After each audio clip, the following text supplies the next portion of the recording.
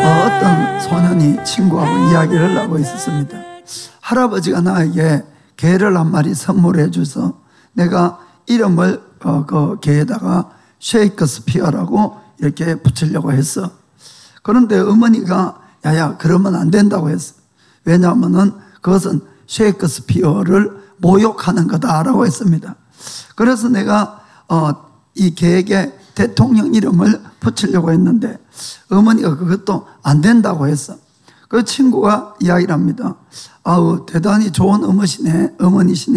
그런데 왜 안 된대? 그것은 개를 모독하는 것이다. 그랬습니다. 지난주에는 우리가 본질과 비본질을 구별하자는 제목으로 말씀을 드렸습니다. 우리가 이 영원한 생명에 대한 본질적인 부분에 있어서는 절대로 우리가 타협을 할 수도 없고 목숨을 걸어도 그것을 꼭 지켜가야 되는 것입니다. 왜냐하면 영생이 달렸기 때문에 그렇죠. 그러나 교회 안에 사실 수많은 비본질적인 그런 문제들도 많이 있습니다.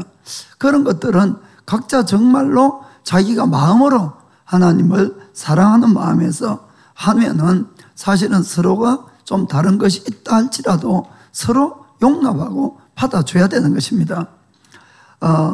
그러나 우리가 꼭 기억해야 될 것은 그것을 내 편한 대로 이렇게 하는 건 아니다 이런 뜻입니다. 정말 주님을 위해서 그렇게 해야 되죠. 우리는 우리의 모든 말이나 행동이나 태도를 주님 앞에 갔을 때 그 마음의 동기까지도 다 하나님 앞에 직접 내 입으로 고백을 해야 됩니다. 그럴 때에 내가 결정했던 모든 것 하나하나에 대해서 정말 아무 꺼리낌 없이 당당하게 내가 말씀을 드릴 수 있을 때는 그것을 여러분들이 마음대로 취해도 좋다는 것을 아시길 바랍니다. 어느 교회에서 이제 똑같은 이런 메시지, 지난주에 했던 그런 메시지를 어느 목사님이 하셨습니다. 그러자 교회 안에 아주 크게 은혜 받은 사람들과 아주 곤란해진 사람들이 생겼다고 이렇게 했습니다. 아주 크게 은혜 받은 사람들은 주일도 제대로 안 지키고 또 늘 술 마시고 담배 피우고 막 이런 사람들은 너무 은혜가 넘쳤는데 그건 이제 주로 이제 남편분들. 그런데 그 아주 교회 안에서 곤란해진 분들은 그래도 그 남편들의 구원을 위해서 주일만 되면 억지로 교회를 데리고 왔던 이 부인들은 너무나 곤란해진 거예요. 그 설교 때문에. 그래서 제가 이제 저도 가끔 이런 말씀을 드리려고 할 때는 걱정되는 부분이 바로 이제 그런 부분들입니다.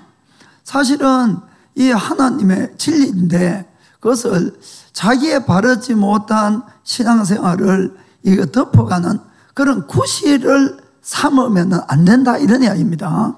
그래서 이제 그런 것이 걱정이 되어서 이걸 어떻게 전달해야 될까 하는 그런 걱정이 있습니다. 사실은 우리가 예수님의 이 구속, 대속으로 말미암아 정말 날짜를 지키고 이런 것이 정말 자유로워진 겁니다. 실질적으로 어떠한 음식을 먹어도 사실 상관은 없습니다. 그래서 우리가 주일을 그 사람의 형편에 따라서 꼭 일요일로 못 지키더라도 괜찮은 거예요. 그리고 가끔 친구가 만나서 한 잔 마셨다, 가끔 한 대 배웠다 하더라도 사실 그것 때문에 지옥 가는 그런 문제는 아니다 이런 이야기입니다. 영생하고 직접 관련이 있는 것은 아닙니다. 그건 이제 술을 자꾸 마시고 취하게 되면 죄 짓기 쉬우니까 그거는 이제 좀 곤란해지겠죠. 그런데 그런 사람들에게 제가 꼭 말씀드리고 싶은 것은 다음과 같은 두 가지 질문에 자기가 분명히 대답을 할 수 있으면 하라는 겁니다. 그것은 정말 그것을 예수님을 위해서 그렇게 하는 거냐는 것이죠. 먼저는 예수님을 위해서. 또 하나는 정말 내가 심판날에 주님 앞에서 주님 그때 내 술 한잔 마신 거 예수님 위해서 했습니다 이렇게 대답을 할 자신이 있으면 해도 됩니다. 여러분, 그러나 그렇지 않으면은 그냥 따라가세요. 우리가 이제 주일을 지키는 문제에 대해서 우리가 뭐 그냥 일요일날 주일로 생각하고 예배를 드린다, 당연하게 이렇게 생각하고 있지만은, 그러나 여기에 대해서도 뭐 요즘은 이제 인터넷이 있으니까 이런저런 의견들이 있습니다, 사실은. 그래서 우리가 이제 주일을 일요일로 지키는 거하고, 저 안식일, 유대교에서 있는 안식일은 토요일입니다, 원래 토요일. 그래서 먼저 그 차이점도 잠깐 말씀드리겠습니다. 우리가 성경의 율법에 보면은 주님께서 안식일을 지키라고 이렇게 되어 있지요. 그러면 날은 일주일이 7일간 있는데 첫째 날은 무슨 날이 됩니까? 첫째 날은 일요일이 첫째 날이에요. 그렇죠? 일요일에서부터 일, 월, 화, 수, 목, 금 6일 동안에 주님께서 모든 만물을 만드시고 마지막 날이 안식일입니다. 그렇죠? 토요일이 된 토요일. 그래서 토요일 날 주님이 안식을 하셨고 그 안식일 날을 거룩하게 지켜라. 그 율법에 그렇게 나와 있어요. 그래 안식일은 여러분 토요일이 되는 겁니다. 그래서 유대인들은 지금도 토요일을 안식일로 이렇게 거룩하게 지키고 있습니다. 그런데 왜 우리 크리스천들은 일요일을 왜 주일로 이렇게 지킬까는 문제입니다. 그 먼저 여러분이 아셔야 되는 것은 안식일이 토요일에서 일요일로 바뀐 것은 절대로 아니라는 겁니다, 여러분. 그건 분명히 아셔야 돼요. 안식일은 분명히 지금도 토요일입니다, 토요일. 그럼 왜 우리가 일요일을 주일로 지키냐? 그것은 일요일을 주일이라고 하지 안식이라는 이야기를 하지 않습니다. 일요일을 주님의 날로 지킨다, 예수님의 날로 생각해서 지킨다, 그 뜻입니다, 여러분. 그러면은 왜 우리가 옛날에는 토요일 날 모인 것을 지금 일요일 날 모이느냐? 그것은 첫 번째 이유는 우리 예수님이 우리의 구세주신데 그 예수님이 우리를 위해서 십자가에 죽으시고 부활하신 날이 주일입니다. 지금의 주일. 그래서 이제 주일 일요일 날 우리가 지키고, 또 하나는 초대교회의 이 성도들은 이 지금 일요일을 그분들이 그날 모여서 예배를 드렸다는 그런 근거가 성경에 분명히 있습니다. 그래서 우리가 지키는 거예요. 자, 그럼 한번 보겠습니다. 사도행전 20장 6절 7절 보겠습니다. 자, 우리가 무교절 후에 빌립보에서 배로 떠나 닷새 만에 드로아에 있는 그들에게 가서 일회를 머무느라. 자, 바울 일행이 드로아에서 7일 동안을 이제 머뭅니다. 7일 동안을, 일회가 7일 동안. 그런데 7절 봅시다. 7절.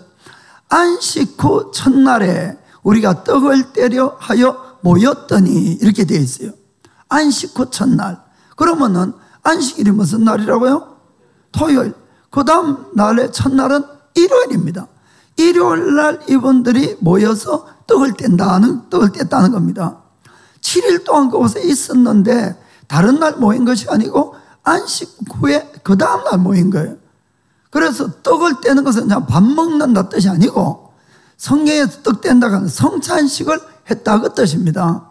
함께 모여서 주님에게 성찬식도 드리고 예배도 드리고 그리고 설교를 하잖아요. 언제 밤 늦게까지. 그 다음에 보니까 설교가 하도 길어서 유독으로 한 청년이 졸다가 떨어져 죽는 사건도 생기고, 졸면 안 됩니다, 설교 중에. 천국 가는 수가 있어요. 그런 안식 후 첫날. 또 보겠어요.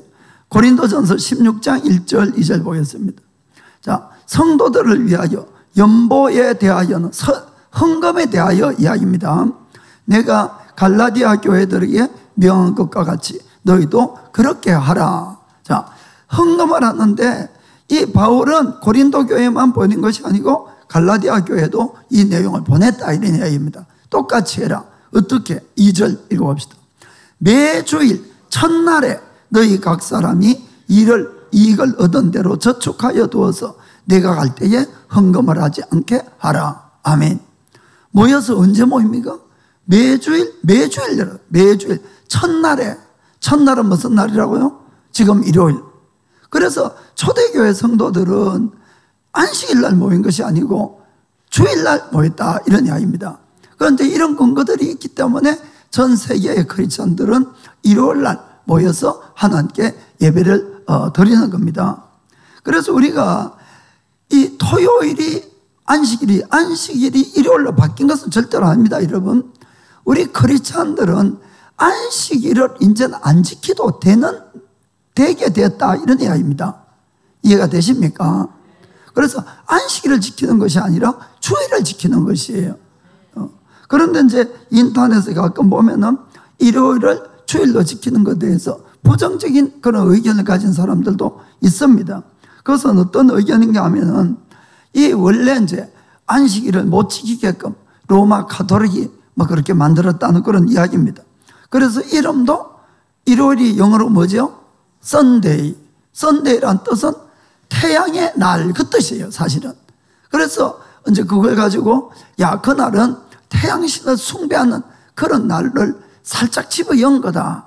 그래서 일요일 날 지키면 안 된다, 이런 이야기를 하는 분들이 있습니다. 그러면 그것이 마음에 걸렸다. 그러면 그분은 딴 날을 지키시면 돼요. 아시겠습니까? 제가 말씀드리는 것은 이런저런 소리에 다 자유해야 됩니다.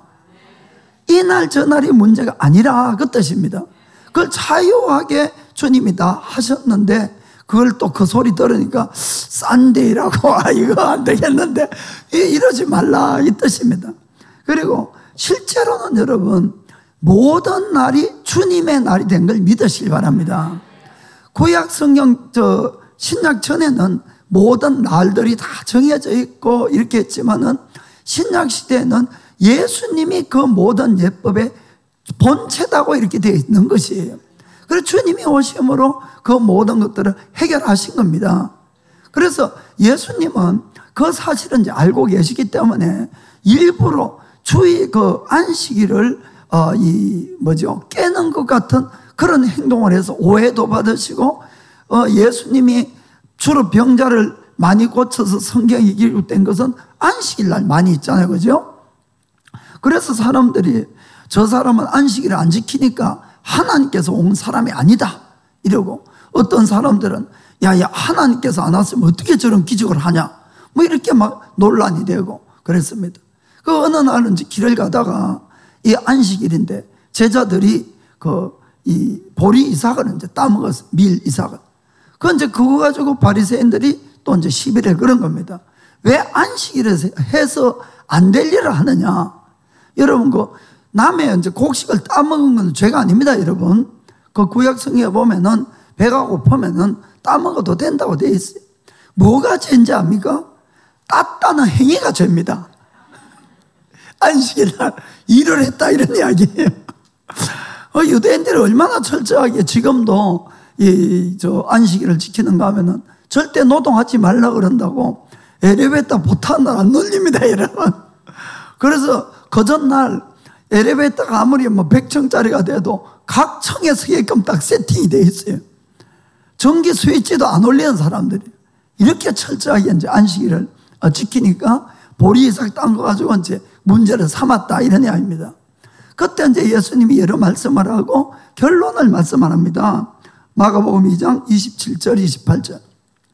또 가라사대 안식일은 사람을 위하여 있는 것이요 사람이 안식일을 위하여 있는 것이 아니니. 아멘. 주님은 정말 우리를 사랑해서 모든 제도나 모든 걸 만들어 놓았다는 것을 꼭 기억을 하시길 바랍니다. 그 28절 읽겠습니다. 28절. 이러므로 인자는 안식일에도 주인이니라. 아멘. 예수님 자신이 안식일에도 주인이란 뜻은 안식일 외에도 전부 주인이다, 그 뜻입니다. 아멘. 딴 날뿐만 아니고 이 날까지도 내가 주인이다. 아멘. 그렇기 때문에 우리가 어떤 날에 구애받을 필요가 없다는 것입니다. 모든 날이 사실은 주님의 날이기 때문에. 그래서 일이나 이런 여러 가지 사정으로 꼭 일요일을 주일을 못 지키는 분들은 다른 날을 자신이 주일로 정하고 이렇게 지키면 되는 것이에요. 자, 그러면은 매주 지켜야 되느냐, 이 문제에 대해서 잠깐 생각했습니다. 사실은 아주 급한 볼 일이 있을 때는 매주 못 지킬 수도 있습니다. 그러나 율법 시대에도 매주 안식일을 지켰죠. 그렇죠? 매주.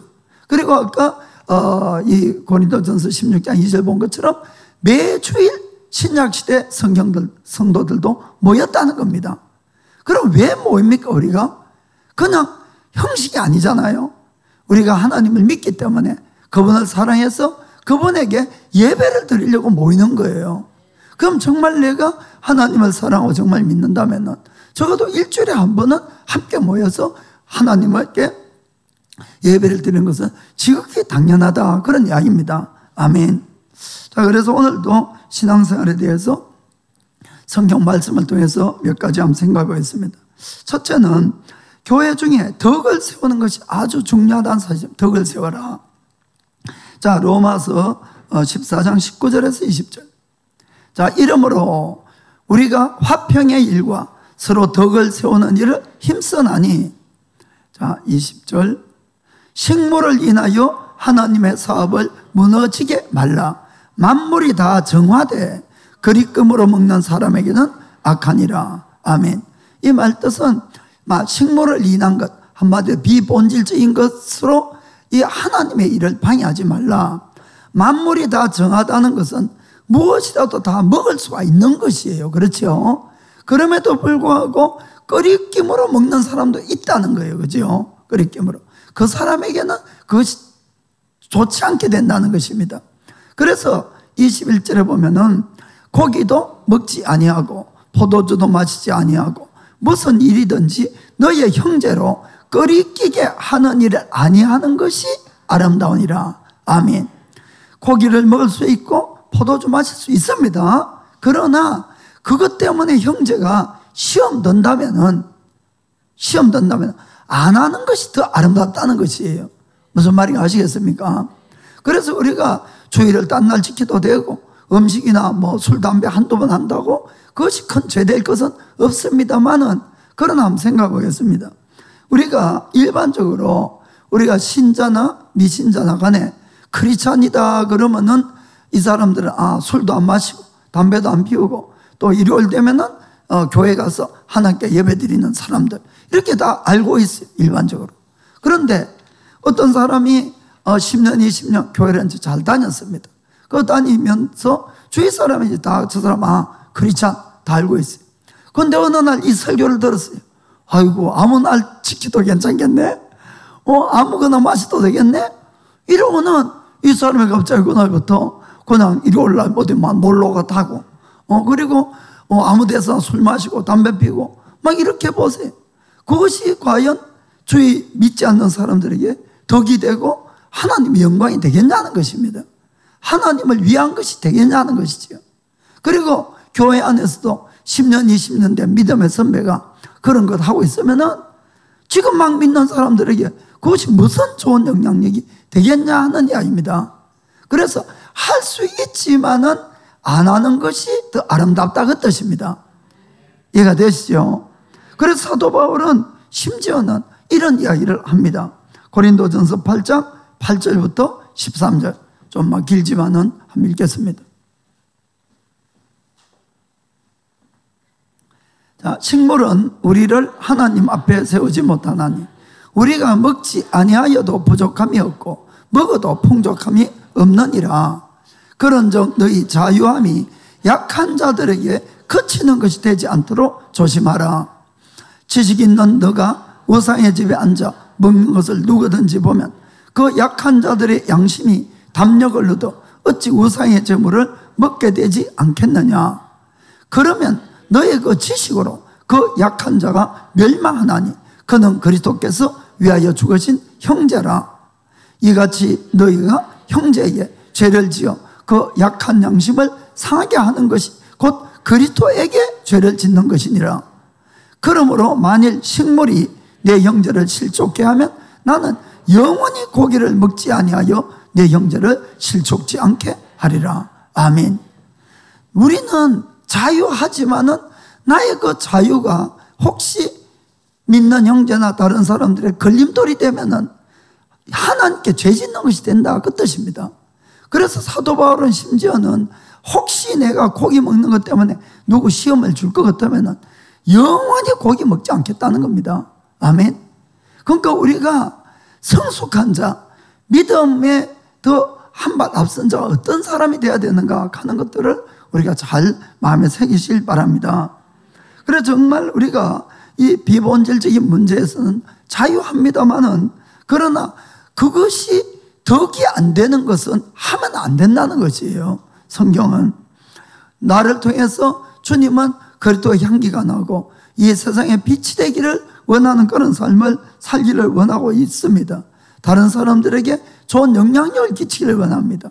그런데 내가 아무렇게 산다는 것은 그 자체는 죄가 아닐 수가 있지만은 그것 때문에 다른 사람이 시험 들면은 죄가 된다는 것입니다. 그걸 꼭 기억하시기 바랍니다. 그래 갈라디아서 5장 1절에 바울이 이렇게 이야기합니다. 그리스도께서 우리로 자유케 하려고 자유를 주셨으니 그러므로 굳세게 서서 다시는 종의 멍에를 매지 말라. 이 종의 멍에는 의식법을 이야기하는 겁니다. 율법에 다시 그런 율법의 의식적인 것을 할 필요가 없다, 그런 이야기를 한 겁니다. 그 여러분들이 실제로 읽어보면은 이 내용은 할례 받는 거예요. 할례. 그러니까 그 믿어도 옛날 습관들이 있어가지고, 야, 예수 믿지만 할례 안 받으면은 이게 또 천국 못 가는 거 아니야? 이래 생각하는 사람이 있어서 사도 바울이 절대 그럴 필요 없다, 그 뜻입니다. 그러면서도 거기 13절에 보면 또 이렇게 이야기를 합니다. 형제들아, 너희가 자유를 위하여 부르심을 입었으나 그러나 그 자유로 육체의 기회를 삼지 말고 오직 사랑으로 서로 종노릇하라. 아멘. 우리가 아무거나 할 수 있는 자유가 있지만은 그것을 나의 육체의 욕심을 이루는 변명으로 삼으면 안 된다는 것입니다. 괜히 술을 마시고 싶으니까 거기에 덕도 안 되는데, 성경에 술 마시지 말라는 소리가 어디 있냐고, 취하지 말라 그러지, 마셔도 안 취하면 되지, 이런 사람들 가끔 있거든요. 그리고 오늘 이야기했듯이 버섯 음식도 먹어도 상관이 없지 않냐고. 심지어는 바울이 디모데 보고, 야야, 널 배탈 나는 것 때문에 물만 마시지 말고 포도주 좀 마시라 이렇게 했으니까 술 한두 잔 먹는 것, 그거 괜찮아요 사실은. 그러나 그것을 나의 육체의 욕심을 이루려고 하는 것은 잘못이라는 겁니다. 그걸 여러분들이 잘 아시길 바랍니다. 오직 사랑으로 오히려 스스로 서로 섬기는 역할을 해줘라. 14절에 온 율법은 너의 이웃 사랑하기를 내 몸과 같이 하라 하신 한 말씀에 이루었나니, 그 결국은 비본질적인 문제도 해결은 늘 어떻게 해야 됩니까? 사랑입니다. 사랑. 본질도 사랑이고 비본질도, 정말로 내가 상대방을 사랑하면은 문제가 일어날 것이 없다는 겁니다. 결국은 비본질적인 문제에서 나라는 걸 자꾸 나타내고 고집을 하니까 이게 이제 문제의식이 항상 생기고 다툼이 일어나는 거지요. 15절에 만일 서로 물고 먹으면 피차 멸망할까 조심하라. 아멘. 정말 그렇습니다.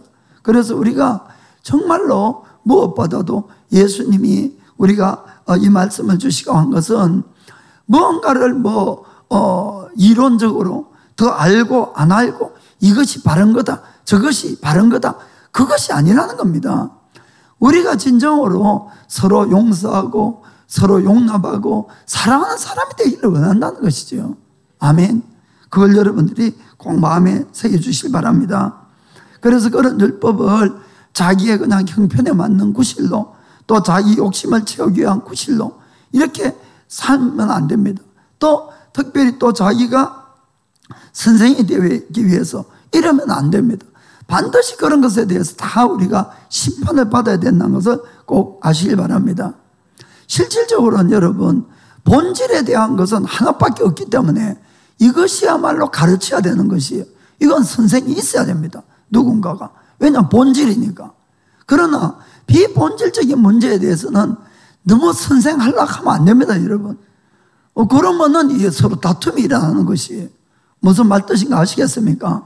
그것은 죄 짓는 것이 아니면은 그냥 용납하고 서로 받아들이는 것이 그게 좋다는 것이에요. 그걸 자꾸 자기가 비본질 문제에서 선생이 되려는 것은 자기 것만 옳다는 거거든요. 그거는 절대로 아니라는 걸 여러분들이 꼭 깨달길 바랍니다. 그래서 또 좀 읽겠어요. 디모데 전서 1장 3절부터 7절까지. 자, 내가 마게도냐로, 이건 바울입니다, 갈 때에 너는 디모데를 권하여 에베소에 머물러 한 것은 어떤 사람들을 명하여 다른 교훈을 가르치지 말며. 그때도 막 딴 이야기하는 사람 너무나 많았던 것 같아요. 그래서 4절에 신하와 끝없는 족보에 창념치 말게 하려 함이라. 이런 것은 믿음 안에 있는 하나님의 경륜을 이룸보다 도리어 변론을 내는 것이라. 늘 다툼만 나눠요, 다툼만.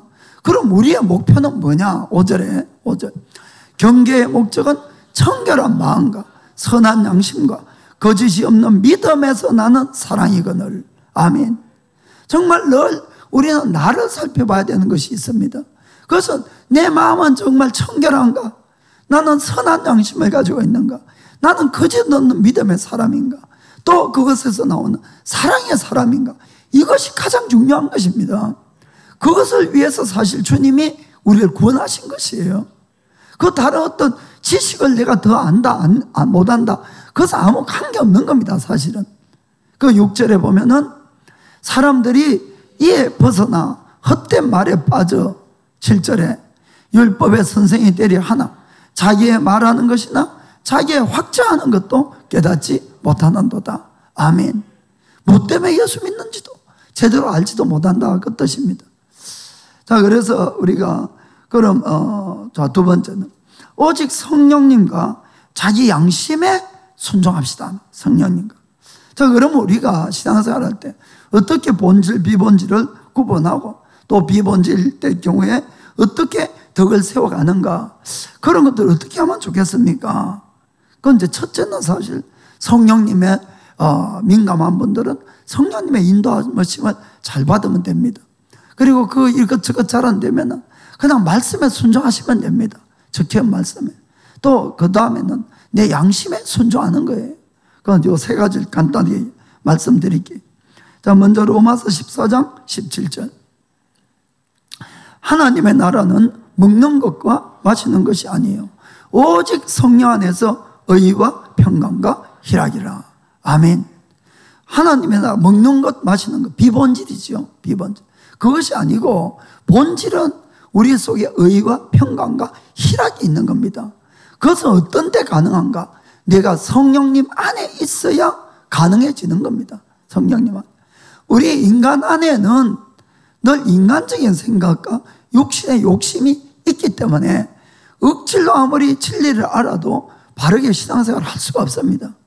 늘 나를 자꾸 비우고 성령님을 모시고 성령님의 충만함과 인도하심을 받으려고 이 점을 매일같이 애를 쓰셔야 됩니다. 그러면은 우리가 점점 달라져요. 정말 사람이 변하게 됩니다. 그리고는 정말 하나님을 기쁘게 하고 또 사람들을 또 인정받는 그런 자들이 되어가는 겁니다. 그래서 이 특별하게 이 비본질적인 문제에서 자꾸 다툼이 일어난 이유는 모두 다가 성령 충만하면 절대로 그런 일은 일어나지 않습니다. 그 문제는 인간적인 생각을 그 중에 하는 분들이 계시고, 그리고는 그 자기 주장이 옳다고 자꾸 목소리를 자꾸 내기 때문에 이 부딪히는 소리가 난다는 겁니다. 우리가 모두 다가 성령 충만에 있으면 절대로 싸울 일이 없어요. 왜냐하면 성령님은 하나 되게 하시기 때문에. 에베소서 4장 3절에 이래 있습니다. 평안에 매는 줄로 성령에 하나 되게 하신 것을 힘써 지키라. 아멘. 성령님은 늘 하나 되게 만들어 주시는 거예요. 누가 자꾸 깹니까? 우리가 깬다는 거예요. 그래, 그걸 자꾸 힘써 지켜라 하고 하는 겁니다. 갈라디아서 5장 16, 17. 내가 이르노니 너희는 성령을 쫓아 행하라. 그리하면 육체의 욕심을 이루지 아니하리라. 육체의 소욕은 성령을 거스리고 성령의 소욕은 육체를 거스리다니 이 둘이 서로 대적하므로 너희의 원하는 것을 하지 못하게 하려 함이라. 아멘. 그래, 육체의 소욕과 성령의 소욕이 서로 원하는 것이 아주 정반대입니다. 사실은 육체는 어디서 났어요? 이 땅에서 났어요. 늘 이 땅의 것을 사랑하고 이 땅의 것을 추구하는 것이 우리의 육입니다. 그러나 우리의 이 영은 하나님께서 왔기 때문에 늘 하나님을 사모하고 하나님을 추구하게 되어 있어요. 그래서 이게 서로 안 맞는다는 것입니다. 그 18절에 너희가 만일 성령의 인도하시는 바가 되면 율법 아래 있지 아니하리라. 아멘. 내가 정말로 성령님을 따라서 하는 삶을 살면은 율법하고 전혀 관계가 없습니다, 여러분. 왜냐하면은 성령님은 우리를 온전한 하나님의 사람으로, 하나님의 열매 맺은 사랑의 사람으로 만들어가는 겁니다. 사랑은 율법의 완성이지요. 아멘. 그 사람은 율법에 접촉될 것을 안 하는 거예요, 사실은. 그러니까 율법 아래 있지 않게 되는 겁니다. 그렇습니다. 그러나 만약에 내가 육신의 일을 한다면 여러분, 나는 율법 아래에 있게 된다는 것을 꼭 아시길 바랍니다. 거기에는 심판을 받아야 되겠죠.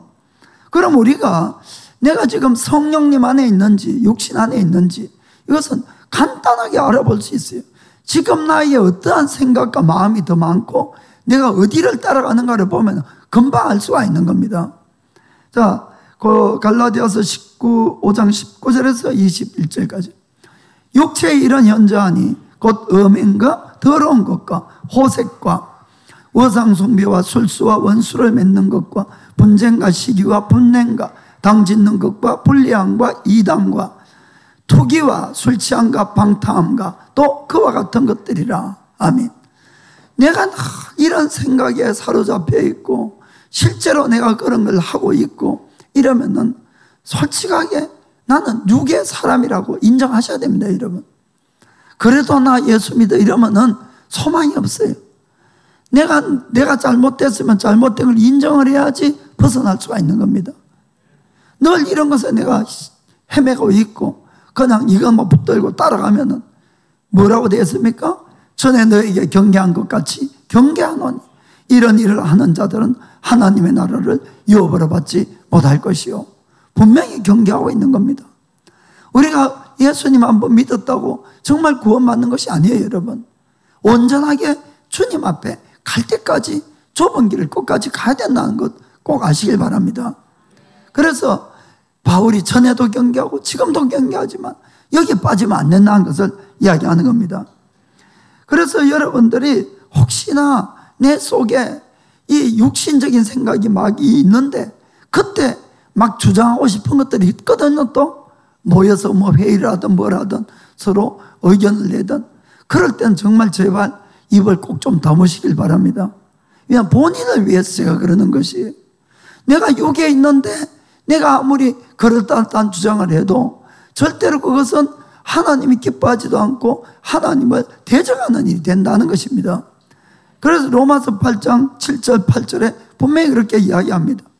육신의 생각은 하나님과 원수가 되나니 이는 하나님의 법에 굴복지 아니할 뿐 아니라 할 수도 없음이라. 8절에 육신에 있는 자들은 하나님을 기쁘시게 할 수 없느니라. 아멘. 여러분, 우리가 그냥 매일매일 그냥 막 사는 것이 절대로 아닙니다, 여러분. 정말 영생에 걸리는 문제들이에요, 여러분. 우리가 왜 모여 예배를 드리고 왜 신앙생활을 해야 됩니까? 영생에 걸렸으니까 그런 거예요. 안 그러면 저도 막 날씨도 더운데 여기서 선풍기까지 안 틀면 안 되고 정말 그런 겁니다. 그래서 그런데 이 육신의 생각은 누구라도 다 오는 겁니다, 사실. 안 오는 것이 아니고 다 오지만은 그러나 이것은 반드시 우리가 싸워서 이겨야 돼요. 여기에 대해서는 좀 전에 이야기했듯이 여기 자꾸 지게 되면은 영생에 문제가 생겨간다는 것입니다. 그래서 흔히 이런 비유를 합니다. 새가 내 머리 위를 공중에 이렇게 왔다 갔다 하고 날아다니는 것은 어쩔 수 없다, 이런 이야기입니다. 그 뜻은 나쁜 생각이 갑자기 찾아오는 것은 내가 원하지도 않아도 오거든요. 그런 것은 할 수 없어요. 그러나 그 새가 내 머리에 앉아서 집을 지으려고 하면은 반드시 때려잡아야 된다는 겁니다. 이거 부숴버려야 된다는 것이에요. 그 뜻은 그 생각들을 품어서 내 마음에 가져가면 절대로 안 된다, 그 뜻이에요. 그러면 이제 그때부터 그걸 품기 시작하면은 사고가 나게 된다는 겁니다. 그래서 우리가 그런 생각들이 오면은 정말 다시 예수님이 왜 십자가에서 피를 흘려 주신 것을 묵상하시길 바랍니다. 그 보혈 피로 나를 정결하게 하고, 그리고는 죄하고도 싸워야 되겠지만은 더 좋고 중요한 것은 말씀을 자꾸 묵상을 하시는 것이에요. 여러분, 기도할 때도 생각과 마음을 하나님의 말씀으로 자꾸 채워야 됩니다. 여러분, 하나님의 영으로 채워가야 되는 것이에요. 그러면은 실질적으로 그런 생활을 자꾸 하면은 나쁜 생각도 별로 오지도 안 하고 주님의 생각이 늘어옵니다. 그런데 이제 후탁 신자가 돼가지고, 후탁 신자가 무슨 말인가? 여기 이제 먼지가 보에 앉아 있으니까 일주일 동안 성경도 안 보고 교회는 가야 되고 먼지는 쌓이고 후탁 신자. 그래 되면 안 된다는 거지. 그러면은 늘 세상하고 짜고 사는데 세상이 늘 부르잖아요. 친구야. 그래 늘 생각나는 게 뭐 그런 것밖에 생각이 더 나겠습니까? 못 이기는 거예요, 여러분. 그래가지고는. 그래서 우리의 힘으로 안 되니까 성령님을 주시지만은 우리 쪽에서도 평소에 말씀을 가까이 하려고 노력하고 기도하려고 노력하고 하나님과 더 가까이 하려고 노력을 하면은 할수록 진짜로 그런 육신의 생각은 점점점 줄어들고 주님의 생각으로 점점 채워집니다, 여러분. 뭐 저도 다 겪어왔지 뭐 어느 날 제가 뭐 목사 됐습니까? 그 똑같은 과정을 겪는 거예요. 그렇기 때문에 여러분들이 지금 안 된다 그러지 마시고 조금씩 한 발을 더 주님 앞으로 디뎌가시기를 부탁합니다. 그러면 어느 날부터 자 갈라디아서 5장 22에서 23절 이런 것들이 점점 내 속에 생깁니다. 오직 성령의 열매는 사랑과 희락과 화평과 오래 참음과 자비와 양성과 충성과 온유와 절제니 이와 같은 것을 금지할 법이 없느니라. 아멘. 이 성령의 열매가 내 속에 이제 맺혀지기 시작하는 겁니다. 그래서 여기 보면 첫째 이제 사랑과 희락으로 되어 있죠. 기쁨. 아까 그 성경에도 하나님 나라는 먹고 마시는 것이 아니고 뭐라고 되어 있습니까? 성령 안에서의 의와 평강과 희락이라. 기쁨이 있어요, 여러분. 옛날에 이제 저도 친구가 예수 믿고 고등학교 때, 대학교 때 예수 믿었다고 하면 술도 못 마시고 담배도 못 피우고 그 재미없어서 어떻게 사냐. 내 죽을 때 내 믿어주지. 그런 소리 가끔 했습니다. 아유, 예수 믿으면 따분하고 재미없는 줄 알았어요. 솔직히 이야기로. 그런데 어느 날 제가 이제 주님을 만나가지고 예수 믿게 돼서. 그런데 정말 여러분, 하나님 안에 기쁨이 있어요. 놀라운 기쁨이 있습니다.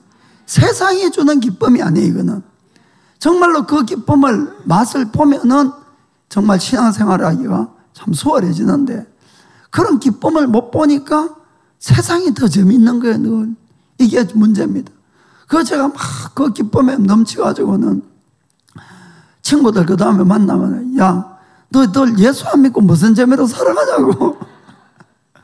정말 그렇습니다, 여러분. 그 기쁨이 있어요, 기쁨이. 그 제가 옛날에 이제 그런 이야기하면 잘 안 믿는데 저도 담배를 어릴 때부터 피웠어요, 사실. 중학교 때부터 호기심으로 안 되더니. 저도 착한 사람 아니었습니다, 여러분. 막 생긴 것도 착하지 않지만. 그래서 이제 뭐, 그러다가, 언제부터 이 사람이 이제 담배 인이 박힌냐 하는 것을 아는 것은 뭔가 하면은 자기 돈으로 담배를 사면 이 사람은 이제 끝장입니다. 그 전에까지는 이제 뭐 어디 놀 때만 한 번, 두 번 피다가 이제 자기 돈으로 사면 이제 중독된 거거든요. 왜 담배 이야기 왜 나왔지? 그러다가 제가 이제 예수님 믿고 담배를 딱 끊었어요. 근데 여러분, 이 담배 피우는 사람들은 알지만은 담배를 피우면 얼마나 사람이 지저분해지는지 몰라요, 솔직하게. 냄새도 나고, 포켓도 아무 데나 막 전부 담배 부스러기고, 전부 그렇습니다. 온 옷에 막 담배 냄새고. 그런데 제가 그때 참 신기한 걸 발견한 게 뭔가 하면은 담배를 끊고 나서 내 몸이 깨끗해지는 기쁨. 정말 있습니다, 여러분. 정말 담배를 끊고 나니까 몸이 얼마나 깨끗해지고 하는데 그 기쁨이 참 놀라운 거예요. 예수님을 믿고 나서 여러분, 그냥 지저분하게 살다가 예수님 믿고 나서 깨끗해져 가는 기쁨이 있어요, 여러분. 거룩해지고 정결해져 가는 기쁨. 그러니까 이제 그런 것들이 이 나에게 기쁨으로 이렇게 찾아오게 되면은 뭐든지 보람이 있으면은 신이 나잖아요. 우리 박전도사 요새 설림해진 거 봤습니까? 몇 킬로 빠졌지? 대답을 안 하네. 저 박전도사가 본인이 작정을 해서 한 2달 됐나? 2달 정도 됐다. 2달이 또 안 됐는지도 모르겠어요. 밤마다 조깅하고 걷고 이 더운 날씨에 막 살이 쫙 빠지고 막 몸도 가볍고 막 날아갈 것 같아요. 기도도 얼마나 우렁차게 하는지. 그러니까 왜 그게 지속이 되는가 하면 보람이 있으니까. 시작을 해가지고 막 그 일이 나왔던 배가 이제 들어가고 미안해. 이러니까 얼마나 보람이 있는지 모르는 거예요. 그러니까 신앙생활을 아까 하는 거지 종교생활이 되면 안 됩니다, 여러분. 하나님은 살아계시기 때문에 뿌린 만큼 거두는 거예요, 우리가. 정말 오는 겁니다, 뿌린 만큼. 내가 노력한 만큼. 얼마나 하나님 정확한지 모르세요. 게다가 우리가 정말 주님의 뜻대로 이렇게 살려고 하면은 우리가 하나님 앞에 자꾸 계산하는 신앙 하지 마시길 바랍니다. 계산하면은 하나님하고 계산해서 이길 자가 누가 있겠습니까? 머리카락 하나까지 다 세리는데 여러분 중에 머리카락 세릴 수 있는 사람 누가 있겠어요? 그거 계산하면 안 돼요, 하나님한테는. 계산 안 하고 그냥 퍼지면은 하나님은 그때부터 계산을 못 하세요. 그래서 돌려주는데 몇 배로? 최하 30배, 60배, 100배로 오는 겁니다. 아멘. 이게 신앙생활이에요, 이게. 그럼 이게 얼마나 재미가 있는지. 그렇게 해서 주님과 이렇게 동해 가게 되는 겁니다. 아멘.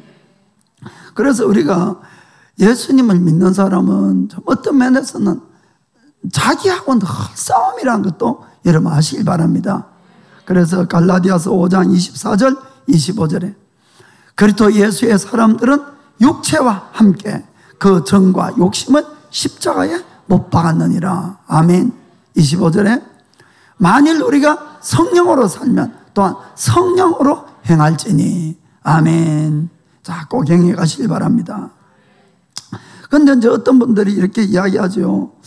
나도 성령님에게 민감해서 성령님을 따라 살고 싶은데 도대체 눈을 감아도 깜깜하고 귀를 열어도 안 들린다고. 그런 분들 저 충분히 이해를 합니다. 저도 그랬으니까요.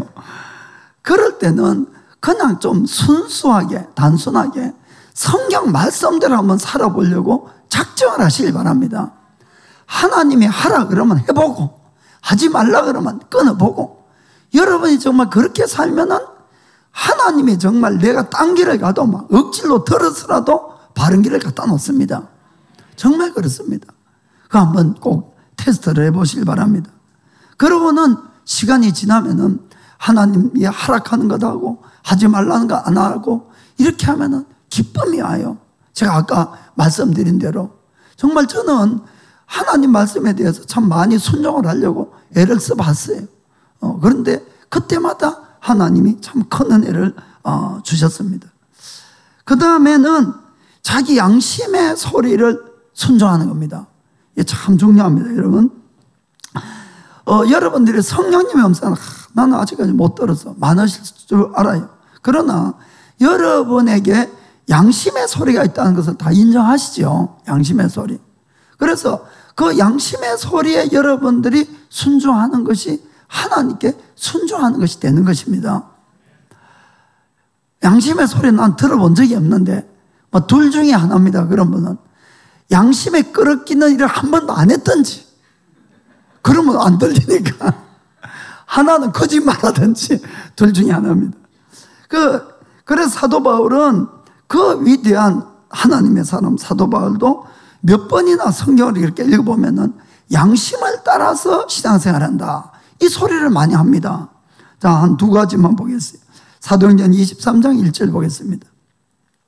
바울이 공회를 주목하여 가로되 여러분 형제들아 오늘날까지 내가 범사에 양심을 따라 하나님을 섬겼노라. 아멘. 아니, 양심을 따라 하나님을 섬겼다. 그럼 성령님은 어디 가고 양심을 따라. 자, 사도행전 로마서 9장 1절에 내가 그리스도 안에서 참말을 하고 거짓말을 아니하노라. 내게 큰 근심이 있는 것과 마음에 거치지 않는 고통이 있는 것은 내 양심이 성령 안에서 나로 더불어 증거하노니. 아멘. 양심과 성령님이 같은 동격으로 이렇게 놓아놓는 것을 볼 수가 있습니다. 왜냐하면은 양심은 우리가 로마서 2장 읽어보면은 아마 15절로 알고 있는데 내 마음에 새겨놓은 하나님의 율법으로 되어 있대요. 하나님의 율법. 그래서 그 법을 따라 살면은, 즉 양심을 따라 살면은 내 마음이 막 기뻐지는 거예요. 하나님 아버지의 뜻을 행하는 거니까. 그러나 양심에 거슬리를 하게 되면은 하나님 말씀을 어기는 것이 되니까 내가 마음에 찔리는 겁니다. 아픈 겁니다. 그래서 내 양심이 깨끗하고 순수할 때는, 아까 그래서 양심은 선한 양심이라고 이렇게 되어 있어요. 그죠? 그리고 사도 바울은 아까 내가 온전한 양심을 따라서, 깨끗한 양심을 따라서 그런 표현도 하고 있습니다. 그 왜 그런 표현이 있는가 하면은 사실 양심이라는 것은 더러워질 수도 있고 마비될 수도 있기 때문에 그렇습니다. 양심이 가장 큰 소리를 낼 때가 언제입니까? 우리가 잘못을 하되 첫 번째 잘못할 때 제일 큰 소리 내죠. 그렇지요? 그런데 똑같은 잘못을 두 번 할 때는 양심이 더 크게 외칩니까? 아니지요. 아주 소리가 적어집니다. 세 번, 네 번 되면은 그 다음에 아예 말도 안 합니다. 양심이. 그렇잖아요? 실질적으로. 그것은 내 양심이 더러워지가는 거고 나중에는 마비되는 것이에요. 이 양심은 참 우리에게 중요한 역할을 하는 겁니다. 그것은 뭔가 하면은 우리를 죄를 짓지 않게 할 뿐만 아니고 또 하나님 앞에 잘못된 그 양심이 찔려서 회개하도록 이렇게 만드는 것이에요. 그렇기 때문에 양심을 깨끗하게 우리가 해야 됩니다. 참 놀라운 것은 우리가 베드로전서 읽어보면은 세례받을 때 세례는 물로 우리의 육신을 깨끗하게 하게 하는 것이 아니고 우리의 양심이 깨끗함을 받아서 하나님을 찾아가게 만드는 것이다. 이렇게 되어 있어요. 그래서 우리가 진짜로 세례를 받으면은 변하는 것이 생긴다는 겁니다. 내 양심이 깨끗하게 리세트되는 것이에요. 아멘? 참 얼마나 놀랍습니까? 그런 것들이. 그러면 다시 이제 양심이 소리를 내지요. 그래서 우리가 정말 내가 양심의 소리에 따라 산다. 그러면 늘 양심은 깨끗한 상태로 보존되고 하나님의 소리를 내게 되어 있습니다. 그럼 우리가 자꾸 어기면은 이제 양심이 말도 안 하고 잘못 우리가 느끼게 되고 이렇게 되는 것이. 그래서 제가 전하고자 하는 것도 우리가 뭔가 성경의 이론가가 되고 더 알고 안 알고 이게 문제가 아닙니다, 여러분. 정말 우리가 하나님의 사람이 되는 겁니다. 정말 예수를 닮아서 정말 거룩하고 사랑의 사람이 되는 것이 목표라는 것을 꼭 기억하시기를 축복합니다. 자, 마지막으로 그럼 나는 의와 평화와 화평과 기쁨 가운데 있는가 하는 것입니다. 자, 로마서 14장 17절 18절. 하나님의 나라는 먹는 것과 마시는 것이 아니에요. 오직 성령 안에서 의와 평강과 희락이라. 아멘. 내가 정말 성령 안에 거하고 있으면은 내 속에는 의와 평강과 희락이 넘치게 되어 있습니다. 그러면 이런 사람들은 땅에 살면서 무슨 생활을 합니까? 천국 생활을 하는 것이에요. 환경하고 전혀 관계없는 삶을 사는 겁니다. 환경이 어떻게 변해도 나는 늘 의로움을 찾아가게 되어 있고 나는 늘 하나님과 화평하고 사랑과의 화평을 추구하게 되어 있고 그리고 내 가운데서는 그 힘든 가운데도 기쁨이 늘 넘치는 그 삶을 살 수 있는 것입니다. 이건 오직 내가 성령 안에 있어야 됩니다. 그럴 때 가능해지는 것이에요. 그것뿐만 아니고 18절에 이로써 그리스도를 섬기는 자는 하나님께 기뻐하심을 받으며 사람에게도 칭찬을 받느니라. 아멘. 그런 사람을 하나님이 얼마나 기뻐하시는지 그리고 주위 사람들에게 다 인정받는 그런 사람이 되어간다는 것을 꼭 믿기를 주의 이름으로 축복합니다. 그래서 우리가 정말로 성령님 안에 있어야 되는 것이에요. 비본질적인 것이 아니고 정말 성령님 안에. 지난주에 3일간 그 하치노에 셀에 이제 다녀왔습니다. 여러분들이 정말 기도해 주시고 해서 또 이번에도 하나님의 큰 은혜가 있었습니다.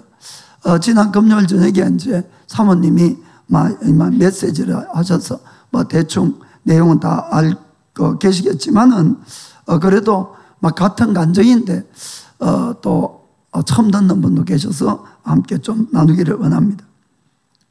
정말 그곳에는 믿음 생활하는 것이 우리보다 훨씬 어려워요. 사실은 어려운 환경 가운데서도 정말 그분들이 믿음으로 승리하려고 이렇게 몸부림치고 있는 모습들이나 또 실제로 승리해가는 것들을 보면 정말 참 마음에 큰 감동이 있습니다. 그래서 지난번에 이제 그 세례식 받으러 나카무라 마사코상이라고 70 몇 살 때 뭐 오셨잖아요.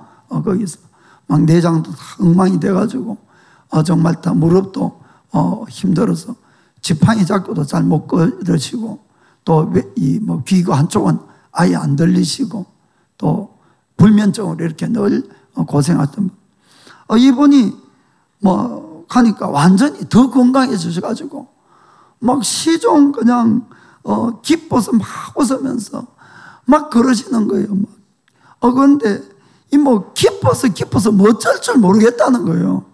그러니까 막 주위 사람들도 막 계속 이렇게 웃는 이제 그런 일이 있었어요. 그래서 이제 저희가 수목금 있었는데 수요일 날 밤에는 우리가 믿음의 목적은 병 낫고 이런 것도 참 은혜고 그건 하나님의 영생했잖아요. 영생.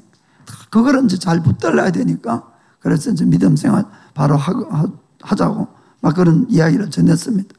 정말 모인 분들은 아주 적지만은 그래도 정말 성령님이 함께 하시고 한 사람 한 사람 큰 은혜도 주시고 또 기쁨도 감사가 넘치고 또 위로도 하시고 또 어떤 분들에게 새로운 결단도 하게끔 이렇게 만들어 주셨습니다.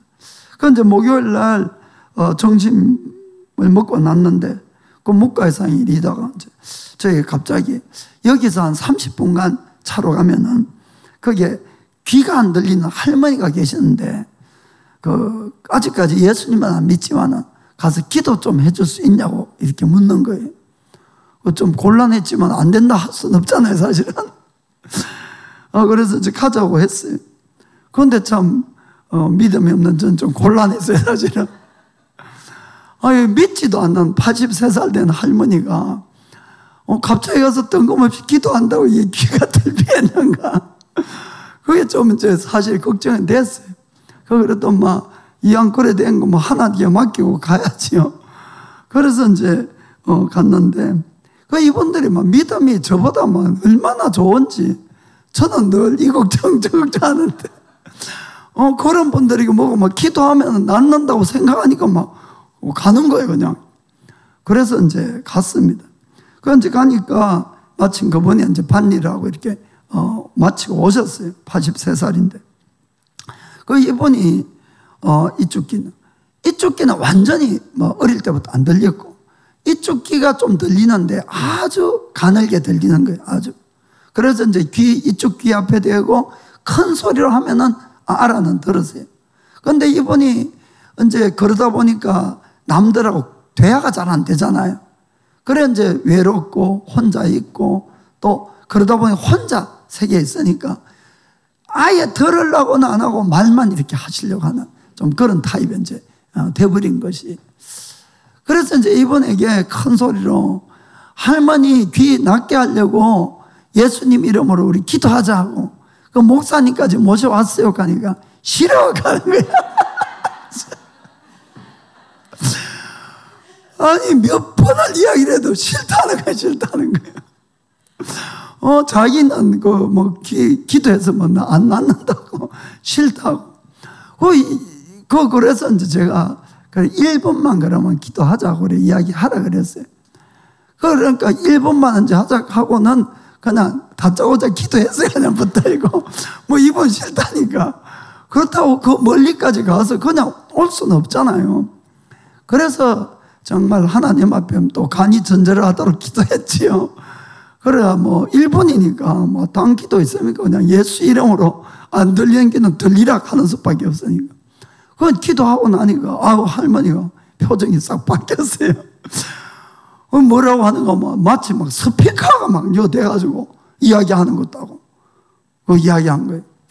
그 제가 참 깨달은 게 많았습니다 이번에. 그 우리가 이 기도를 하면 믿음이 있어야 돼요. 사실은 믿음이. 기도하는 쪽도 받는 쪽도 믿음이 있어야지 이게 역사가 일어나는데 그 할머니는 믿음이 제로고 저도 별로 믿음이 없었고 그런데 기적이 일어난 거예요 사실은. 이게 안 들리던 귀가 들린 것이 아니고 제가 볼 때는 안 들리는 게 안 들렸는데 들리던 귀가 아주 잘 들리게 된 것 같아요 사실은. 그러니까 확 들렸어요. 그러니까 이분이 막 스피커를 대고 막 이야기하는 것도 하고 그러면 놀라서 좀 이야기를 했거든요. 그런데 이분들의 사랑이었어요 사실은.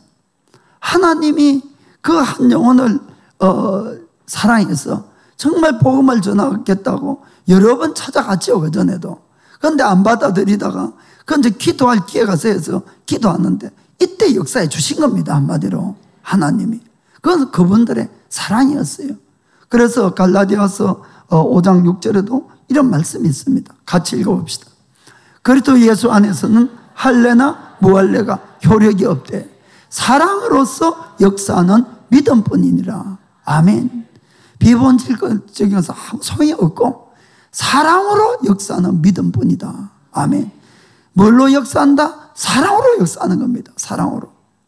그래서 우리가 진실한 사랑을 가지고 우리가 대하고 기도할 때 그때 하나님이 함께 하신다는 것을 꼭 믿기를 축복합니다. 그래서 목요일날 저녁에도 이제 저녁에 그 한 80 가까이 되신 분이신데 그 암에 걸려가지고 막 앉는 것이 너무나 힘든 분이 계세요. 앉는 것이 너무너무 아파가지고 그리고 그 주위가 아파서 그래서 이제 이분이 너무 심해서 앉아있기가 힘든 분을 이제 데려오셨어요. 그래 이제 이분은 한 달인가 2달 전부터 너무 막 힘들고 아프고 그래서 그 음식도 이제 이 날씨도 덥고 제대로 먹지도 못하시고 막 그러셨어요. 그래 이제 오셨는데 그래 이제 그날 설교는 사실 제가 준비를 이틀째라서 이틀 밤이라서 한 1시간 이상 뭐 여기도 1시간씩 하는데 1시간 반 가까이 준비했는데 이 노인을 보니까 안 되겠더라고요 사실. 빨리 끝내야 되겠다 싶어서 그냥 원고대로도 안 하고 그냥 다시 이제 복음을 이야기를 했어요 이번에. 복음을 이야기하고 그러고 이제 바로 이제 기도를 했습니다. 그 정말 간이 절절하도록 기도를 했습니다. 그런데 정말 하나님 큰 은혜가 있어서 아파하시던 분이 이 말끔히 이제 싹 나았었고 7시 반에 그날 시작해서 10시까지 좀 거기 있었으니까 한 2시간 반은 앉아 계셨네요. 그냥 계속 앉아 계시고 시종 웃으면서 대화하시고 정말 너무너무 행복한 시간이 됐어요. 그래서 이제 제가 이렇게 보고 있다가 그 못 먹었다는 소리는 들었기 때문에 그날 저녁에 여기 귀 나왔던 그 나카무라상 그분이 또 요리를 원래 잘 하시는 분이에요. 그분이 이제 맛있게 저녁을 만드셨어요, 신이. 그래서 그 밥을 좀 가져오라 그랬어요. 그래 이제 많은 분들이 보는 데서 혼자 먹으려고 하니까 좀 그렇지 않겠습니까? 그래도 이제 가져오라 그러니까 가져왔는데 다 드셨어요, 그거를. 맛있다 그러면서. 할렐루야. 모든 영광 우리 하나님 돌리겠습니다. 참 제가 그걸 보면서도 정말 사랑밖에 없다는 생각이 참 실감을 했습니다. 이번에 저희가 가서 가장 크게 은혜 받았던 일이 있었는데 그것은 아직까지 완전하지는 않지만은 믿음으로 승리해가는 그 자매의 간증이었습니다. 이 자매는 이제 그 집안이 원래 그 농사를 짓는 집에서 태어났어요. 그래서 딸로 태어나니까 그 부모님들이 특별히 어머니가 이건 뭐 농사일에 못 써먹는다고 어릴 때부터 좀 구박을 많이 하고 이렇게 한 것 같아요. 그 이제 사랑을 못 받고 옛날 사람들이니까 이 자매는 50대 같은데 그런데 그렇게 자랐어요.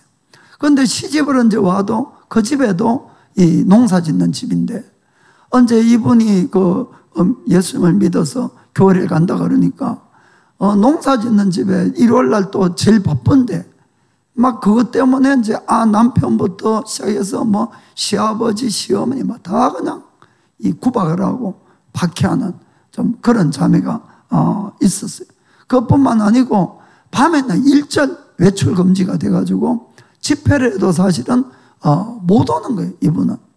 그래서 이제 2년 전에 제가 가고 한 1년 반 전에 가고 이번에 3번째 갔는데 항상 낮에 따로 와가지고 상담도 하고 기도받고 이렇게 갔는데 늘 그래서 영적으로나 정신적으로나 육신적으로나 막 눌려서 늘 토하고 막 위가 소화가 안 되고 그리고 관절도 늘 아파서 가면은 뭐 배기도 하고 다리기도 하고 늘 이제 그런 식이고 머리기도 하고 뭐 이렇게 했습니다. 그리고 뭐 좀 가벼운 우울증도 있고 그래서 그래도 이분은 정말 예수님에 대한 믿음을 참 잘 지켰어요. 그리고 주일이면은 아무리 박해가 심해도 그래도 꼭 교회 가서 셀 가족들하고 열심히 정말 기도했어요. 가끔 금식 기도도 많이 했습니다.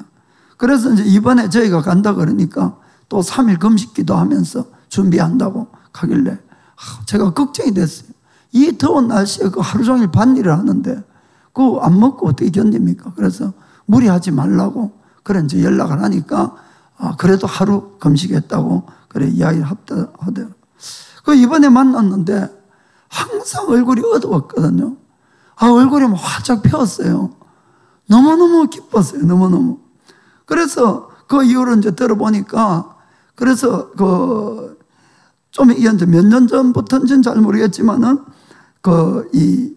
이제 친정에서도 밭일을 이제 하는데 그 부모님들이 연세가 드셔서 사람 손이 필요한 거예요.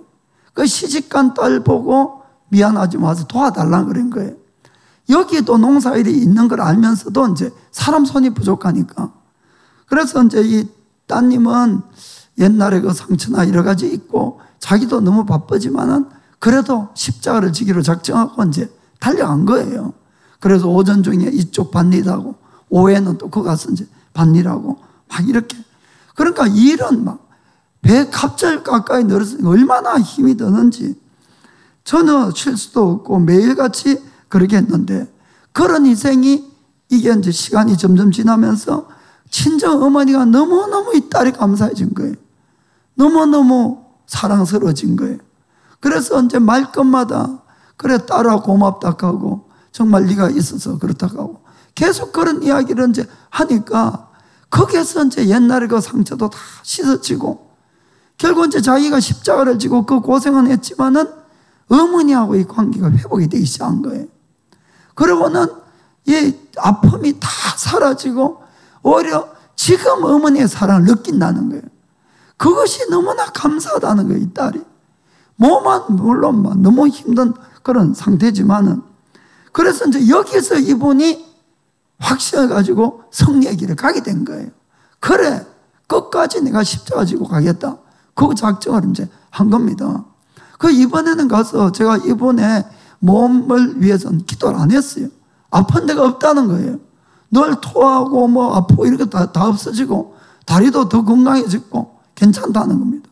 그래서 이제 축복 기도하고 영적으로 승리할 수 있도록 이렇게 기도만 해줬는데 이제 아직은 시댁에는 이제 아무도 안 믿으니까 이해도 안 해주니까 그래서 주일날을 자기가 낮에 가는 대신에 나머지 6일간을 매일같이 새벽 4시 반에 일어난답니다.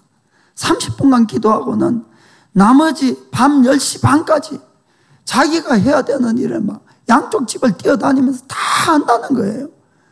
절대로 무슨 소리 안 듣고 오히려 고맙다는 거 소리 듣기 위해서. 그래서 이제 이분이 그렇게 이제 힘든 걸 하고 있는 그 소리를 들으니까 지금 일본 안에서 이런 시대에 이렇게 고생하면서 사는 사람이 있구나. 그 생각이 드니까 막 마음이 진짜 얼마나 아픈지. 그리고는 정말 너무나 감사도 하고 너무나 감격이었어요. 왜냐하면 예수님 안에 지금 승리하고 가고 있으니까. 그게 참 중요한 것 아닙니까?